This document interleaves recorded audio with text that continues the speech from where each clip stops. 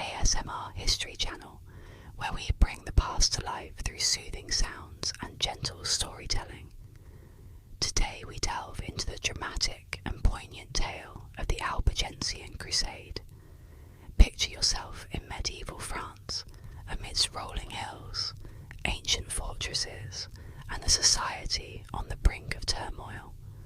Our journey will also touch upon the significant East-West Schism, which set the stage for many religious conflicts of the time.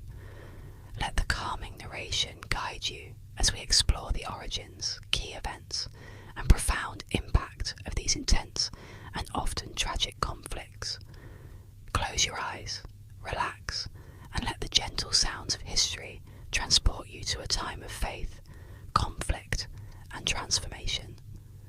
Join us on this serene journey as we uncover the compelling stories of the Albigensian Crusade and the East-West Schism. The Albigensian Crusade, which took place from 1209 to 1229, was a prolonged and severe military campaign initiated by Pope Innocent III. The main objective was to eradicate the Cathar heresy prevalent in Languedoc, a region in southern France. This conflict was driven by both religious motives and political ambitions, as it allowed the French crown to extend its control over the affluent and semi-autonomous southern territories. Noted for its extreme violence and relentless persecution of the Cathars, the Crusade significantly altered the region, leading to the decline of the Cathar community and strengthening French state authority. Understanding the conflict necessitates a deep dive into the beliefs of the Cathars. The word Cathar derives from the Greek katharos, meaning pure. Influenced by early Gnostic thought, the Cathars embraced a dualistic philosophy, positing two opposing forces, a good spiritual god and an evil demiurge, or Rex Mundi, king of the world, who created the flawed physical world. They viewed the divine as purely spiritual, and saw Jesus not as a human figure, but as a spiritual entity, interpreting his biblical account symbolically. Cathars believed that human souls were either a harmful gift from the demiurge, or a beneficial one from God. This belief led them to reject procreation and the material world, which they felt trapped souls in corrupt bodies. They also renounced secular authority, refused military service, and abstained from taking oaths, reflecting their disdain for worldly politics. Their ethical principles included prohibitions on animal slaughter and meat consumption. The Cathars were highly critical of the Catholic Church, condemning its clergy as corrupt and asserting that sacred rites could be performed by anyone, thus challenging traditional Catholic sacraments. They developed the consolamentum, a spiritual baptism by laying on of hands, seen as a purification from sin, especially for the dying, who then attained the status of perfectors. These perfecti adhered strictly to Cathar moral codes, including sexual abstinence and vegetarianism, with some even practicing endura, a fasting to death to ensure spiritual purity. This practice sparked controversy, with allegations of forced euthanasia to secure heavenly admission. The community structure included bishops selected from the perfecti, with stringent rules about reapplying consolamentum if either the recipient or the bishop sinned, highlighting the rigidity of Cathar spiritual discipline. Their defiance of the Catholic Church's authority was evident, particularly through their refusal to engage in military service, which surely aggravated the secular rulers. Catharism thrived in Languedoc, later known as Occitania, a region with a distinct cultural identity and language different from northern France. Unlike the politically unified north under the French crown, Languedoc was a patchwork of local lordships and enjoyed relative peace before the Crusade. The dominant language, Occitan, was notably different from the northern French dialect and closely related to Catalan, reflected its regional uniqueness. The county of Toulouse was a significant political entity, often aligning with the Angevin Empire rather than the French crown. Its influence was contested by the neighbouring crown of Aragon and the Principality of Catalonia, which had more control over the eastern territories near Toulouse. This political fragmentation was mirrored in the rise of towns across the region, with Toulouse emerging as a major urban centre, marked by its considerable size, wealth, and autonomy by 1209. The architecture of Languedoc, marked by its fortified towns called castra, highlighted a societal focus on defence in stark contrast to the rural areas of northern France. This urbanisation encouraged a relatively tolerant environment, allowing Jews to face minimal discrimination and providing refuge for religious dissenters. Although Muslims did not enjoy the same level of tolerance, their intellectual contributions were recognised and respected, which was a notable improvement compared to other parts of Europe. The cultural and social divide between northern and southern France was pronounced, driven by mutual distrust and stereotypes that resulted in strange and often misguided perceptions on both sides. Northerners viewed Southerners as decadent and overly preoccupied with social niceties, influenced by what they considered lower professions and minority communities. Conversely, Southerners saw Northerners as uncultured and belligerent. This significant divide set the stage for a prolonged and bitter conflict between the two regions, which seemed almost inevitable during the turbulent medieval period. The Cathar movement arose as part of a larger wave of spiritual reform that swept through medieval Europe, tracing its origins back to around 653, when Constantine Sylvanus introduced the Gospels to Armenia. Over the centuries, various dissenting factions emerged, rallying around charismatic preachers who challenged the Catholic Church's authority and advocated for a faith based on the Gospels and apostolic tradition rather than church dogma. These groups, including the Paulicians, Bogomils, Arnaldists, followers of Peter of Blois, Henry of Lausanne, and the Waldensians, faced severe persecution, ranging from expulsion to brutal executions. Figures like Henry of Lausanne, who critiqued the priesthood without adopting Cathar dualism, and Arnold of Brescia, who was executed for his beliefs, called for individual spiritual responsibility and church reform.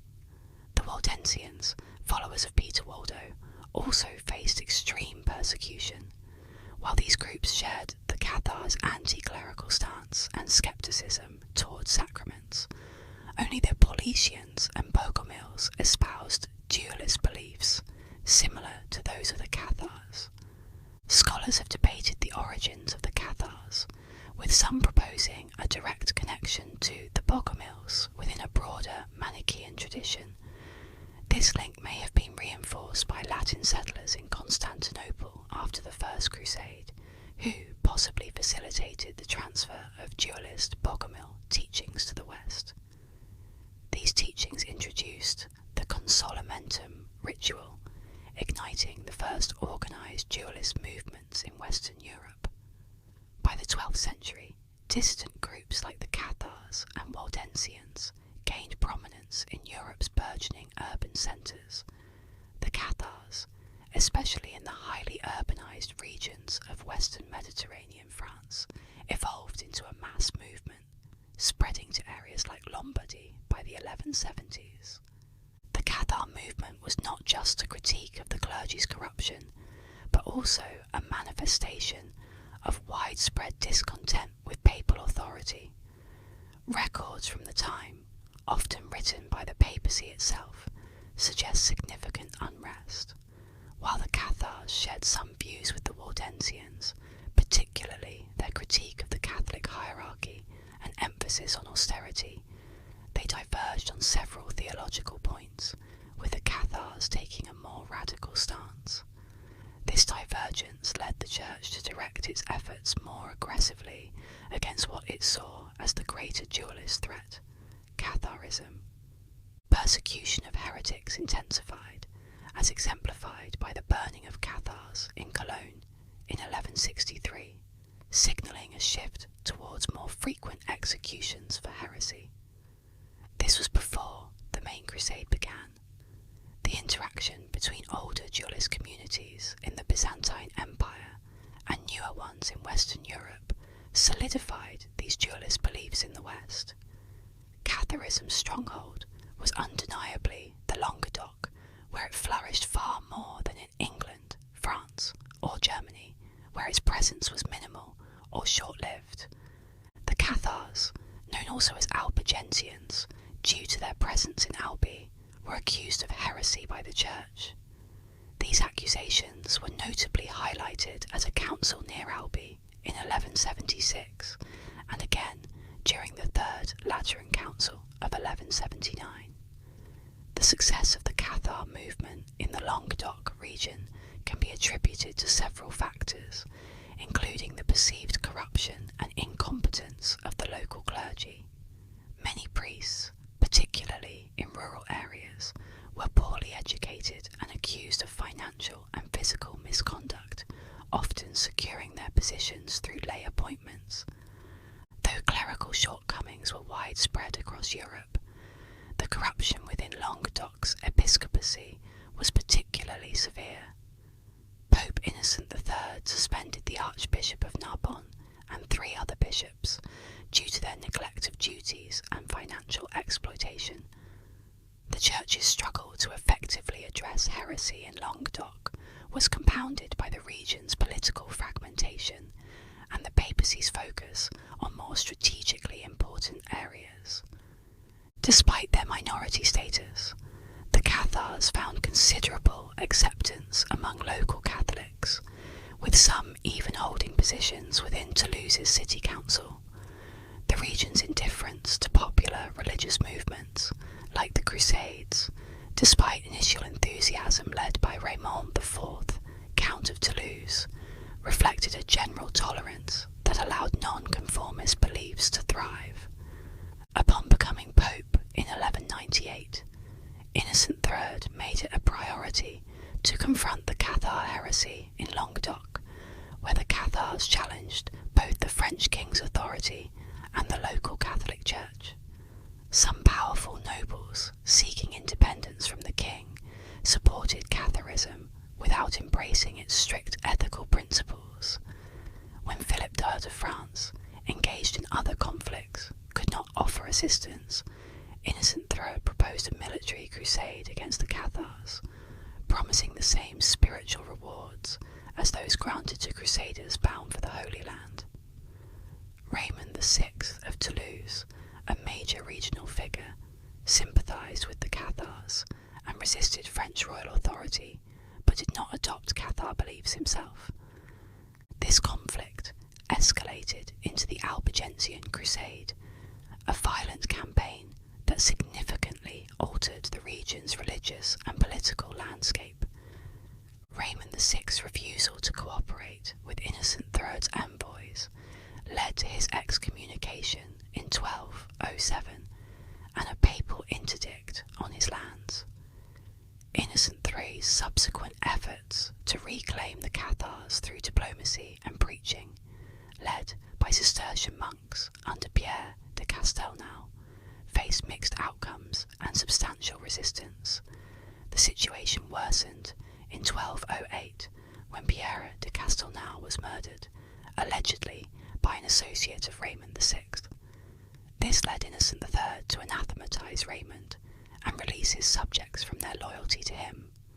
Although Raymond sought reconciliation with the Church, his inability to meet its conditions resulted in his re-excommunication at the Council of Avignon in 1209. This enabled Innocent III to formally declare a crusade against the Albigensians, framing it as part of a broader effort to eradicate heresy from Europe and strengthen defences against Muslim invasions, aligning it with the 5th and 6th Crusades in the Holy Land. By 1209, a force of around 10,000 Crusaders assembled in Lyon, ready to head south into Languedoc. This group, reinforced every 40 days, was composed largely of individuals from northern France, with volunteers from England and Austria joining their ranks. Although Philip II of France declined to participate directly due to anti-French alliances, he pledged troop support to retain influence over the Crusades' direction. The expedition was led by papal legate Arnaud Amalric. Raymond VI of Toulouse attempted to coordinate defences with his nephew, Raymond Roger Tranquil, but failed. Consequently, Raymond chose to negotiate with the Crusaders despite opposition from Amalric. Pope Innocent III's newly appointed legate, Milo, was directed to follow Amalric's lead. Raymond's public act of repentance and reacceptance into the church redirected the Crusaders' attention to Raymond Roger's territories, noted for their Cathar populations. The Crusaders departed from Lyon on June 24th and arrived in Montpellier by July 20th, targeting areas around Albi and Carcassonne. Although Raymond Roger was not a Cathar, he was viewed as a protector of the sect and thus guilty by association. His protests of loyalty to the church and innocence due to his youth were dismissed by the Crusaders, who then moved on Béziers, a city with a significant Cathar community. Raymond Roger withdrew to Carcassonne, leaving Béziers defenceless. On July the 21st, the Crusaders attacked Béziers, leading to the city's fall and a massacre of both Cathars and Catholics. The purported command by Amalric to kill them all, God will know his own, whether true or not, illustrates the brutality of the assault, which reportedly resulted in nearly 20,000 deaths. As the Crusaders advanced unopposed to Carcassonne, many settlements surrendered or evacuated without resistance. Carcassonne became the next significant target after the massacre at Béziers. Despite its strong defences, the city was overwhelmed by refugees seeking safety. The Crusaders reached Carcassonne from Béziers in 6 days and began the siege on August 1st, 1209. By August 7th, the Crusaders had cut off the city's water supply. Raymond Roger Tranquil, the Viscount of Carcassonne, attempted to negotiate peace, but was captured under a flag of truce, leading to the city's surrender on August 15th.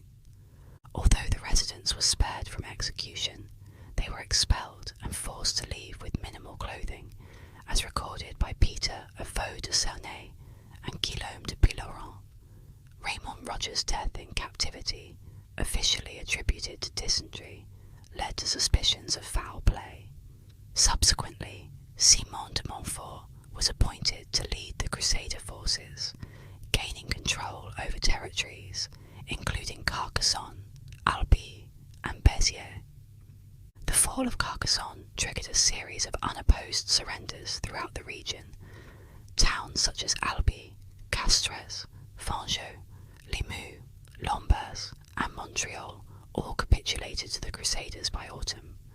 The conflict then moved to Lastos and Cabaret, where the Crusaders faced an unsuccessful assault on Cabaret in December 1209. Harsh winter conditions and limited troop numbers forced Simon de Montfort to consolidate his gains rather than launch new offensives. With the arrival of reinforcements, Bram fell to the Crusaders in March, followed by the siege of Minerve in June. Minerve, though lacking strategic importance, was targeted due to the presence of numerous Cathar prefects. After a prolonged siege that resulted in the destruction of the city's main water supply, Minerve surrendered on July 22nd. While Simon de Montfort favoured leniency, Arnaud Amalric demanded harsh punishment for the Cathar prefects, leading to the execution of 140 renounce their faith. The Crusaders then advanced to Termes in August, enduring despite interventions from Pierre Roger de Cabaret. The defenders, suffering from water shortages, were briefly relieved by a rainstorm, delaying their surrender. Ultimately, they escaped on November the 22nd. By 1211, the Crusaders' harsh tactics had alienated many key lords, including Raymond VI. Lastors capitulated in March, and the siege of Lavaux began in April. However, Crusader reinforcements suffered a devastating ambush at Montgay by forces from Toulouse, led by the Count of Foix. Following the recapture of Amaury de Montreal's castle, numerous Cathars were executed. The Crusaders pressed on with their campaign by capturing Cazes and laying siege to Montferrand, which led Baldwin to defect to their side. However, their attempt to besiege Toulouse failed due to logistical issues, forcing de Montfort to retreat. Raymond VI counterattacked at Castelnaudary, narrowly avoiding a Crusader defeat. In early 1212, Simon de Montfort effectively isolated Toulouse, diminishing Raymond's support and resources. To counter the Crusaders, the Cathars sought assistance from Peter the Hound of Aragon. Peter, having achieved significant victories against the Moors and strengthened his position through marriage to Raymond VI, wielded considerable influence.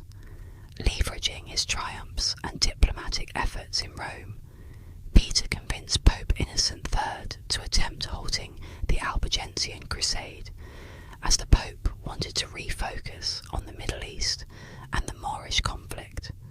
By January 1213, Innocent III called for peace in Languedoc, instructing Arnaud Amaury and Simon de Montfort to cease their aggressive campaigns and proposing a council to reconcile differences under Peter's guidance. Despite Peter's attempts at the Council of Lavaux to secure a peaceful resolution and restore lands to Raymond VI, his proposals were rejected, maintaining Raymond's excommunication and the seizure of heretical lands. Peter's rejection of this decision and concern over Simon de Montfort's growing power led him to actively support Toulouse. This alliance alarmed Innocent III, who, misled by Simon's delegation, denounced Peter and called for a renewal of the crusade against him. The conflict culminated in the Battle of Muret in September 1213. Despite being outnumbered, Simon's tactical manoeuvres led to Peter II's death and a retreat of the coalition forces. This defeat significantly weakened the resistance against the Crusaders, forcing Raymond VI and his son to flee to England, where they received limited support from King John, wary of the Crusade's implications. The Crusaders' momentum continued through 1214 with significant victories and territorial gains, including strategic castles in Quercy. By 1215, the capture of Toulouse and its subsequent transfer to Simon de Montfort, officially recognised by the Fourth Lateran Council, solidified Crusader control in the region. The Council's decisions not only cemented Simon's authority over conquered lands, but also aimed to extend the Church's influence over territories yet unconquered. Amidst these developments, Pope Innocent III's call for a new crusade in the Middle East redirected potential reinforcements from the Albigensian Crusade, forcing Simon to increasingly rely on mercenaries to maintain control. In April 1216, Raymond VI and his son, Raymond VII, rallied significant support from towns disillusioned with the Crusaders. By May, they had besieged Beaucaire, negotiating its surrender after 3 months due to dwindling supplies. Despite Montfort's efforts to intervene, he was repelled. The death of Innocent III in July 1216 left the crusade somewhat directionless, with leadership passing to a more hesitant Philip II of France, preoccupied with other conflicts. Montfort managed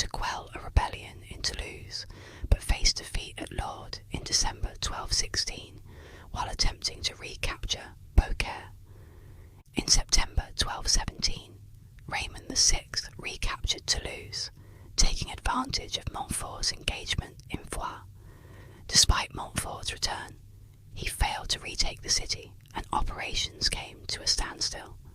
At Pope Honorius III's urging, Montfort resumed the siege of Toulouse in 1218, but his death in June from a stone thrown from the city's defences marked a significant setback for the Crusaders. Honorius III's subsequent call for renewed action failed to regain momentum. Prince Louis's 1219 campaign to retake Jerusalem faltered after just 6 weeks. By 1222, Raymond the Vic and his son Raymond had regained significant territories, with the latter succeeding his father after his death. Philip the Turn's death in 1223 saw Louis VIII inherit the throne and lead a substantial force against the Cathars in 1226, capturing key towns with minimal resistance. The siege of Avignon ended in September after the city agreed to pay a fine and dismantle its defences. Louis VIII's death in 1226 saw the crusade continue under the Queen Regent Blanche of Castile and Humbert de Beaujeu, who captured more territories. By 1228, a besieged Toulouse succumbed to the Crusaders' systematic devastation of the surrounding area. The Treaty of Paris in 1229 ended Raymond V's resistance, recognising his rule over Toulouse in exchange for concessions to the crown and a marital alliance with Alphonse of Poitiers, ensuring the region's return to royal control upon Raymond's death. After the military campaigns against the Cathars ended, Pope Gregory launched the Inquisition in 1234 to eliminate heretical movements, including the remnants of Catharism in the Languedoc region, operating in cities like Toulouse, Albi, and Carcassonne. The Inquisition continued into the 14th century, effectively driving Catharism underground. Punishments varied from wearing yellow crosses as penance to imprisonment and loss of property, with the most stubborn heretics being burned at the stake, though executions were relatively rare. Dominican friars were crucial to the Inquisition's success, preaching Orthodox doctrines and aiding in the identification and prosecution of Cathars. Despite these efforts, Catharism persisted, particularly in less scrutinised rural areas. In a bid to challenge French authority, Raymond VII of Toulouse, allied with England's King Henry III, led a failed revolt from 1242 to 1243, which included the assassination of 2 inquisitors. This led to the siege of Montségur from 1243 to 1244, ending with over 200 Cathar perfects being executed in March 1244 in retaliation for the slain inquisitors. This massacre dealt a significant blow to the Cathar community, but did not completely eradicate the practice. The Inquisition continued its pursuit, employing torture to extract confessions, although many Cathars remained hidden. Following the deaths of Raymond VII in 1249 and Alphonse in 1271, the county of Toulouse was absorbed into the French kingdom, bolstering the Inquisition with royal support. In the 1290s, King Philip IV withdrew his support amid a conflict with Pope Boniface VIII, but reversed this decision in 1303 after encountering anti-monarchical sentiments in southern France. This reversal rejuvenated the Inquisition. Pope Clement V later introduced reforms to protect the rights of the accused. Bernard Guy, the Inquisitor of Toulouse from 1308 to 1323, wrote a manual on non-Catholic practices, including Cathar customs, and provided guidelines for dealing with heretics, including the posthumous condemnation of unrepentant heretics by burning their remains or exhuming them based on their confessional status at death.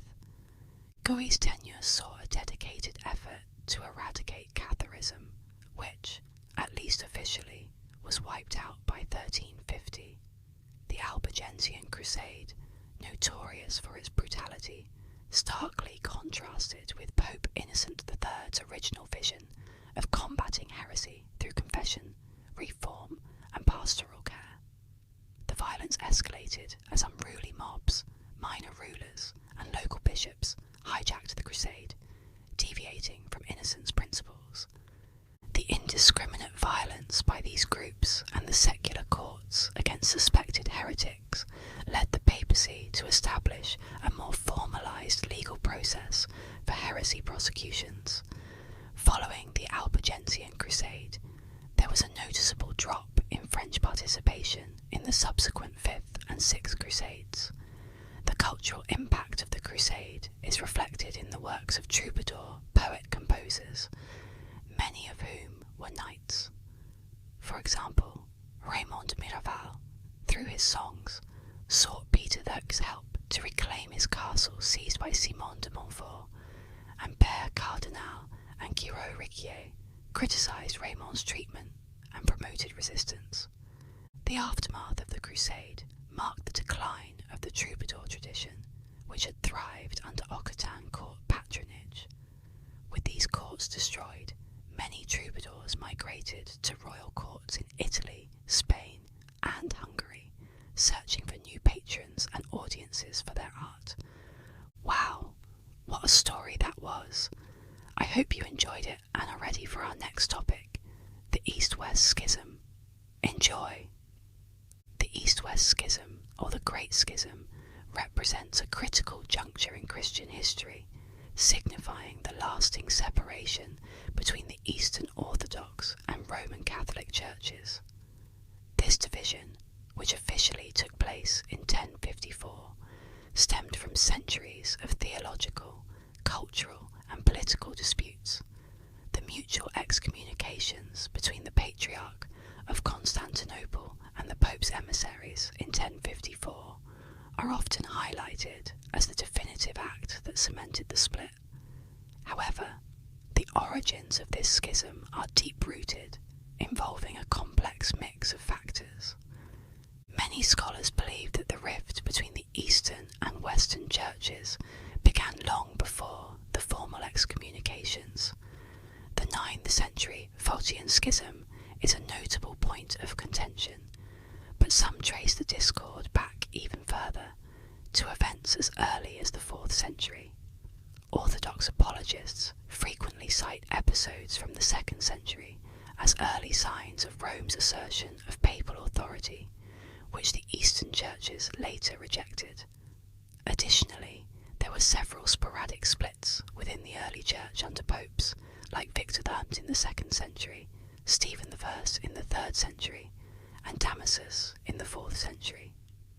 One theory regarding the schism suggests that the relocation of the imperial capital from Rome to Constantinople in the 6th century was crucial. This move is thought to have shifted church primacy along with the capital, a perspective later supported by Photius Thus of Constantinople in the 9th century. As the seat of imperial power, Constantinople was seen as the foremost among the patriarchates, claiming the right to govern them, similar to the emperor's authority. After the Roman destruction of Jerusalem, the early centres of Christian scholarship were damaged, shifting influence to the more stable cities of Antioch and Alexandria. The Church of Alexandria, allegedly founded with the help of Mark, one of the 70 apostles, and Antioch, which attracted figures like Peter, Paul, and Barnabas, rose to prominence. Antioch served as a base for Paul's missionary journeys, spreading Christianity to various regions. The Church of Antioch also played a crucial role in sending Peter and Paul to Rome to support the fledgling Christian community there, with Peter traditionally regarded as the first bishop of Rome. In the early Eastern Church, St. Thomas is believed to have travelled eastward, significantly contributing to the Church's establishment in the Persian Empire and neighbouring kingdoms. Saint Atai and Saint Marie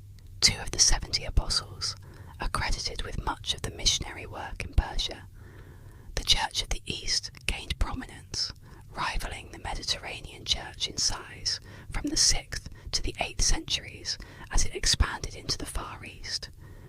During the 4th century, theological debates flourished across the Roman Empire as the emperor sought to control the Church. The influence of Greek speculative thought on Christian theology led to a proliferation of divergent and conflicting opinions among theologians.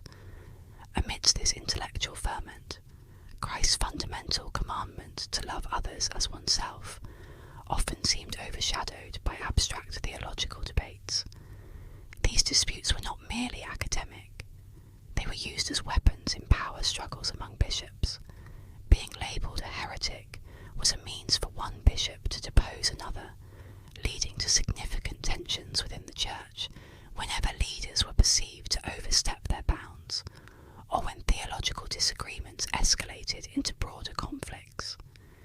The early Christian empire underwent a substantial political transformation, with politics being one of the first institutions to change.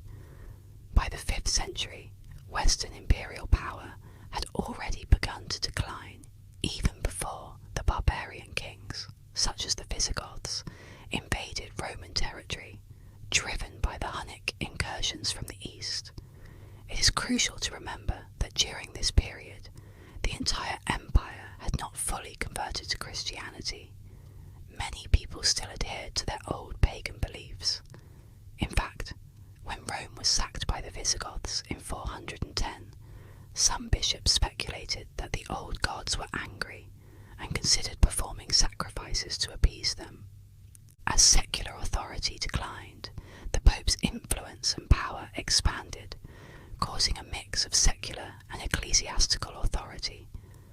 Before the ecumenical councils, Rome was significant in Christianity because it was the capital of the Roman Empire.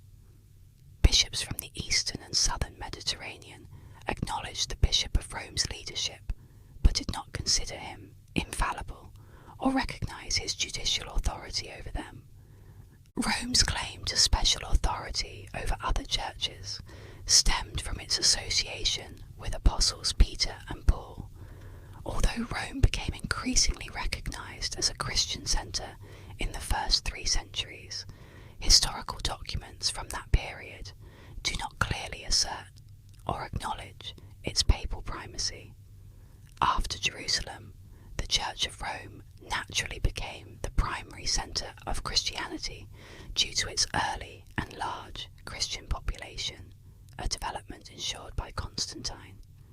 The city was closely linked with the apostles Paul and Peter, both of whom were martyred there. In Orthodox liturgy, Peter and Paul are revered as the wisest apostles and princes of the Church of Rome. Peter is traditionally considered the founder of the Church of Rome, and the bishops of Rome are viewed as his successors. Father Thomas Hopko, a noted Orthodox theologian, underscores the special honour given to the Church of Rome among the earliest Christian communities. According to him, the Roman Church held a place of honour among other churches due to its foundation by Peter and Paul and its location in the capital city of the Roman Empire. Ignatius, the Bishop of Antioch, praised the Roman Church as worthy of God's honour and love, highlighting its leadership role among early Christian churches. The Quartodeciman controversy in the 2nd century marked an early conflict between the Bishop of Rome and the Eastern churches, particularly in the Roman provinces of Asia. This dispute arose over the official date of Easter, with Asian churches following the Jewish Passover tradition and others observing it on the following Sunday. Bishop Victor of Rome tried to resolve the controversy by excommunicating churches in Asia, but he faced resistance from Eastern bishops, including Polycrates of Ephesus. Despite Victor's efforts, the Eastern churches maintained their Paschal tradition, leading Victor to reconsider his decision after other bishops, such as Irenaeus of Lyons, intervened. While some Catholic apologists view Victor's actions as evidence of papal primacy and authority, Orthodox apologists argue that the Eastern churches never recognised Victor's authority beyond his own city. The Eastern bishop's rejection of Victor's decision is cited as proof against the idea that churches in Asia Minor accepted the primacy of the Bishop of Rome. Throughout early church history, the Bishop of Rome's opinion was often sought to resolve disputes, especially among the patriarchs in the Eastern Mediterranean. Rome's distance from these theological disputes allowed its bishop to be seen as a more impartial arbiter. However, the sack of Rome by the Goths in 410 led to a period of decline and isolation for the city, reducing its relevance to the broader Mediterranean church. Rome's devastation left it in ruins, and it wasn't until Charlemagne and his successors that the Church of Rome regained prominence. This resurgence coincided with Western Mediterranean adventurers' military successes and the eventual emergence of the Papal States. The First Ecumenical Council at Nicaea, convened by Emperor Constantine the Great, was crucial in shaping the early Christian church's organisational structure and establishing the authority of key metropolitan sees. A significant outcome of the council was the confirmation of certain metropolitan sees' authority beyond their own provinces. The bishops at Nicaea affirmed the authority of the metropolitan sees of Rome and Alexandria, recognising their jurisdiction outside their respective provinces. Additionally, the existing privileges of churches in Antioch and other provinces were upheld.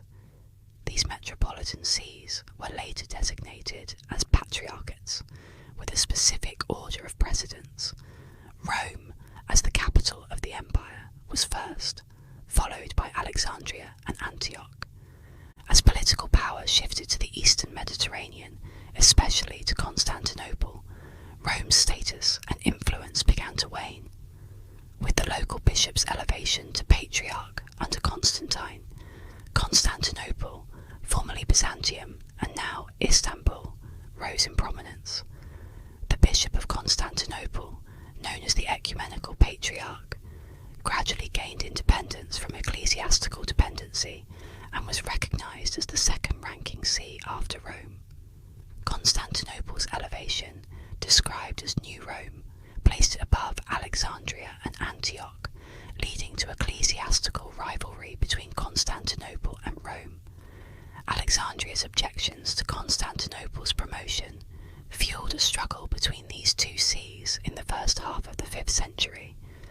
Rome, basing its authority on the theory of the three Petrine sees, backed Alexandria's objections to Constantinople's rise. However, after the Council of Chalcedon in 451, Alexandria's patriarchate was weakened due to a division within its Christian community, with most followers adhering to monophysitism.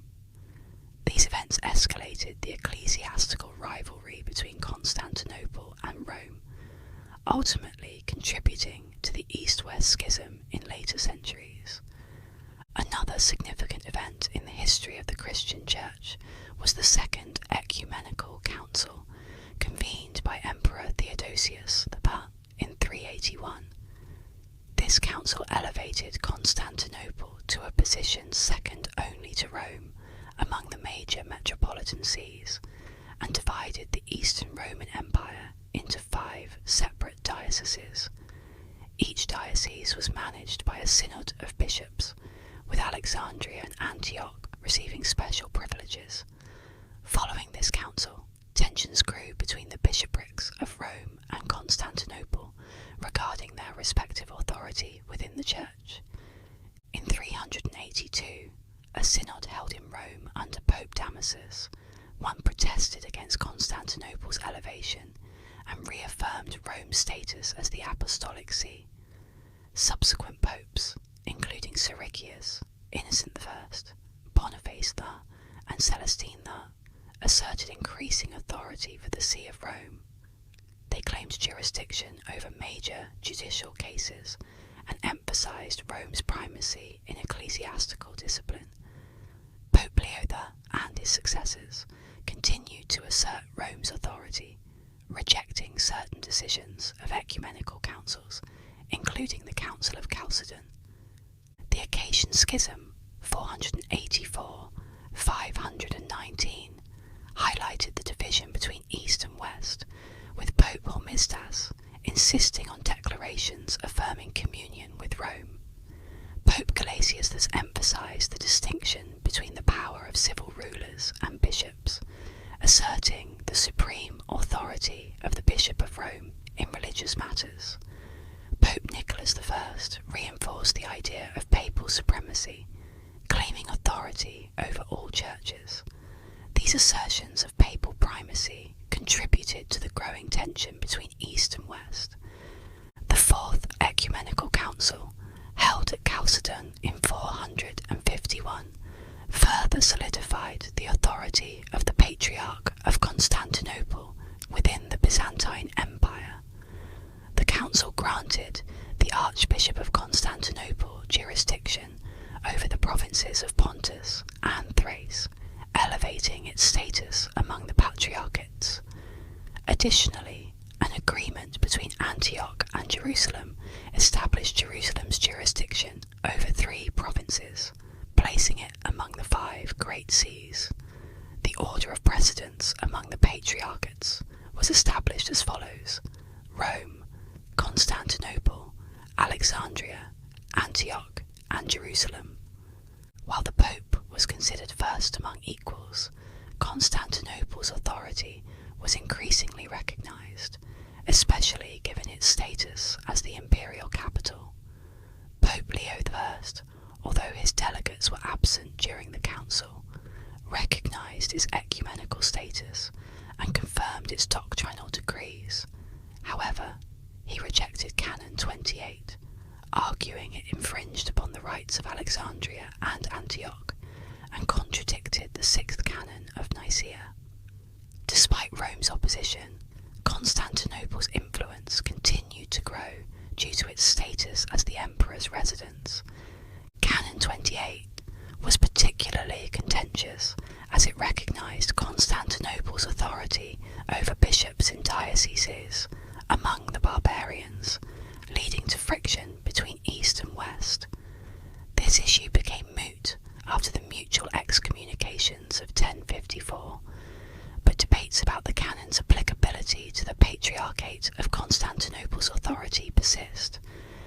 Canon 9 conferred upon Constantinople the privilege of resolving disputes between bishops and the metropolitan of their province, further enhancing its authority within the ecclesiastical hierarchy.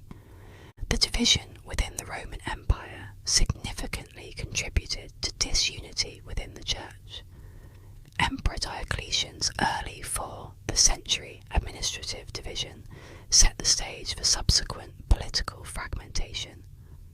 Leaders like Constantine aimed to reunite the empire, but it remained divided, with Theodosius the Great being the last emperor to rule over a united Roman Empire. After his death in 395, the empire split into western and eastern halves, each under its own emperor. The Visigoth sack of Rome in 410 further isolated Rome from the eastern and southern Mediterranean churches. The collapse of civil government in the West left the Church with significant influence, with bishops often assuming secular administrative roles. Christianity in these areas became subject to various Germanic tribes' laws and customs. Linguistic and cultural differences between the East and West exacerbated these divisions, with Latin dominating the West and Greek prevailing in the East. As proficiency in both languages declined, communication between the Church's 2 halves became increasingly difficult. This divergence led to different religious doctrines and distinctive rites, laying the groundwork for the eventual schism as suspicion and mistrust between East and West deepened. The Muslim Arab conquest by 661 significantly impacted the territories of the Patriarchates of Alexandria, Antioch, and Jerusalem, which were only partially and temporarily recovered. Additionally, in 732, Emperor Leo III transferred territories, including Sicily, Calabria, and Illyria, from Rome's jurisdiction to Constantinople in response to Pope Gregory III's opposition to the emperor's iconoclast policies. This transfer expanded Constantinople's jurisdiction to the west, aligning it with the Byzantine borders. The Quinisex Council of 692 underscored the growing divide between the Eastern and Western churches. The Western Church outright rejected the Council's decisions, leading to pressure from the Eastern Empire for the West to abandon certain Latin customs considered unorthodox. These practices included weekday masses during Lent, Saturday fasting year-round, omitting Alleluia during Lent, depicting Christ as a lamb, and using unleavened bread. The council also tackled celibacy issues for priests and deacons, allowing married men to become priests, but prohibiting priests from marrying and bishops from living with their wives. Clergymen who tried to separate from their wives faced deposition. Pope Sergius III, despite his loyalty to the empire, refused to endorse the council, expressing a willingness to die rather than consent to erroneous novelties. His refusal to sign the canons led Emperor Justinian Martude to order his arrest and abduction to Constantinople, which was prevented by the Ravenna militia. Although the council was ratified in Visigothic Hispania by the 18th Council of Toledo at King Wititza's urging, it was later reversed by King Fruela the Bunce of Asturias. The East-West Schism's primary causes included jurisdictional disputes, particularly over papal authority, and the Western Patriarch's insertion of the filioque clause into the Nicene Creed in 1014. The Council of Ephesus's seventh canon, established by the First Ecumenical Council in 325, explicitly prohibited modifying the Nicene Creed. The Eastern Orthodox Church argued that this canon prevented any alterations by individuals or councils. The creed cited in the Acts of the 431 Council of Ephesus was that of Nicaea, without the additions made by the 381 Council of Constantinople. These modifications addressed external teachings, such as those of Macedonius of Constantinople, without altering the creed's original orthodoxy. The term different in the Council of Ephesus's seventh canon is interpreted as contradictory rather than supplementary. Additional schism catalysts included liturgical practice differences, though these were minor compared to disputes over papal authority and the Nicene Creed. The major schism between Rome and Constantinople began in 863 with the deposition of Patriarch Ignatius of Constantinople, replaced by Patriarch Photius under Byzantine Emperor Michael III's order. Pope Nicholas I convened a synod at the Lateran in 863, annulling the 858 decisions, reinstating Ignatius, and anathematizing Photius. The East viewed this as unwarranted interference in their patriarchal processes. Photius retaliated by holding a council in Constantinople in 867, which deposed Pope Nicholas I, condemned the filioque clause, and excommunicated the Pope. Although Pope Adrian II succeeded Nicholas, the council's decisions were later nullified by Constantinopolitan authorities. The councils of 869 and 870 were significant in church history. The 880 Council of Constantinople restored the 867 Council's conclusions. The Roman Catholic Church rejects the 861, 867, and 880 councils, but accepts the 870 council. Leading up to 1054, relations between the papacy and the Byzantine court were relatively amicable, with Emperor Constantine and Pope Leo the allied against the Normans, who imposed Latin customs in their territories with papal approval. However, the papal forces defeated the Battle of Civitate in 1053, where Pope Leo IX was captured, strained relations further. The absence of Lombard Catapan Argyros, a key alliance figure, exacerbated the rift. Patriarch Michael Tharp of Constantinople condemned Western customs, notably the use of unleavened bread, considering them akin to Judaic traditions. This condemnation was relayed to Pope Leo IX by Humbert of Silva Candida, who translated it into Latin. In retaliation, Pope Leo dispatched a letter to Patriarch Michael Cerularius, referencing the donation of Constantine, a fraudulent document asserting papal supremacy.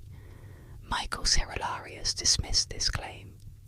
The conflict intensified when Humbert and other legates arrived in Constantinople in April 1054 to resolve the disputes. Met with hostility, the legates left the palace in anger, delivering a contentious letter to the Patriarch. Despite Pope Leo IX's death that same month, the legates continued to assert their authority. The path to the Great Schism of 1054 reached a climax when the papal legates, frustrated by Patriarch Michael's unwillingness to address their concerns, took drastic measures. On July the 16th, 1054, they issued an excommunication charter against Patriarch Michael, Archbishop Leo of Ohrid, and their followers, citing 11 accusations, including the promotion of eunuchs to the episcopate and the denial of communion to menstruating women. The legates entered the Hagia Sophia during the Divine Liturgy and placed the excommunication charter on the altar. 2 days later, the legates departed Constantinople, leaving behind a city teetering on the edge of riot. Supported by the populace, Patriarch Michael retaliated by convening a synod on July 20th, 1054, where he excommunicated the legates in return.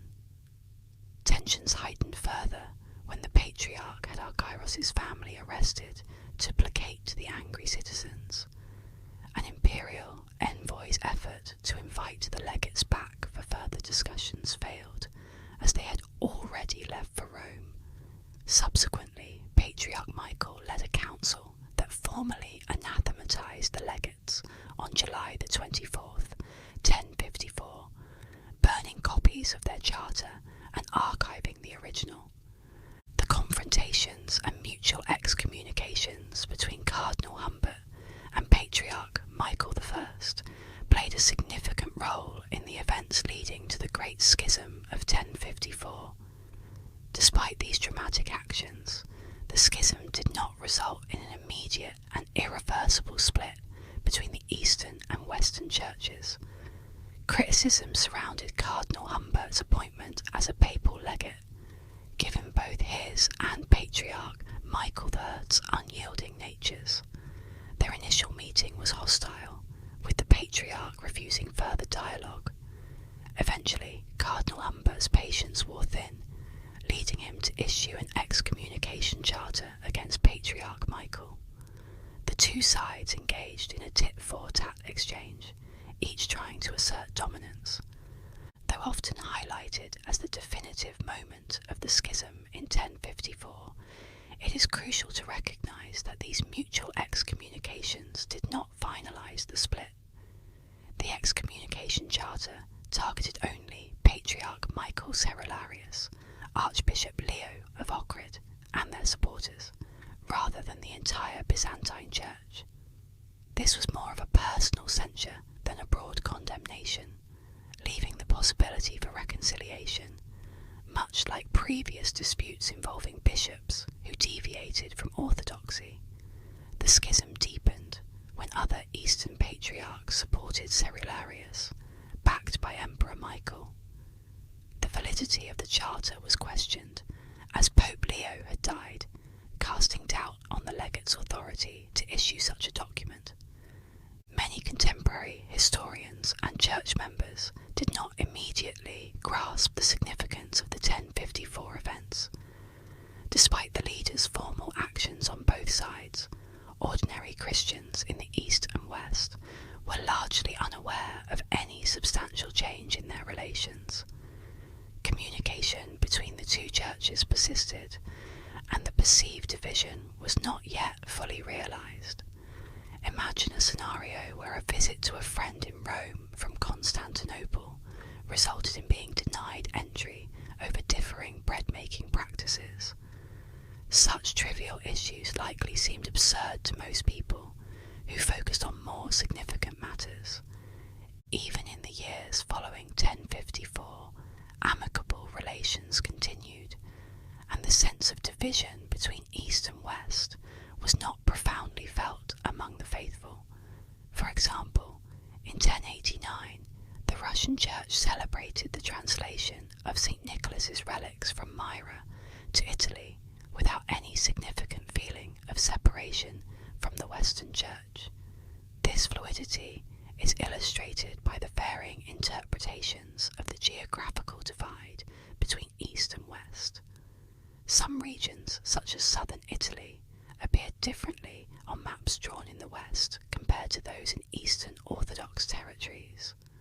Moreover, in areas where rulers officially sided with one church, there were instances of individuals and communities adhering to the other. Attempts to reconcile the churches were made by both popes and patriarchs in the centuries following the events of 1054.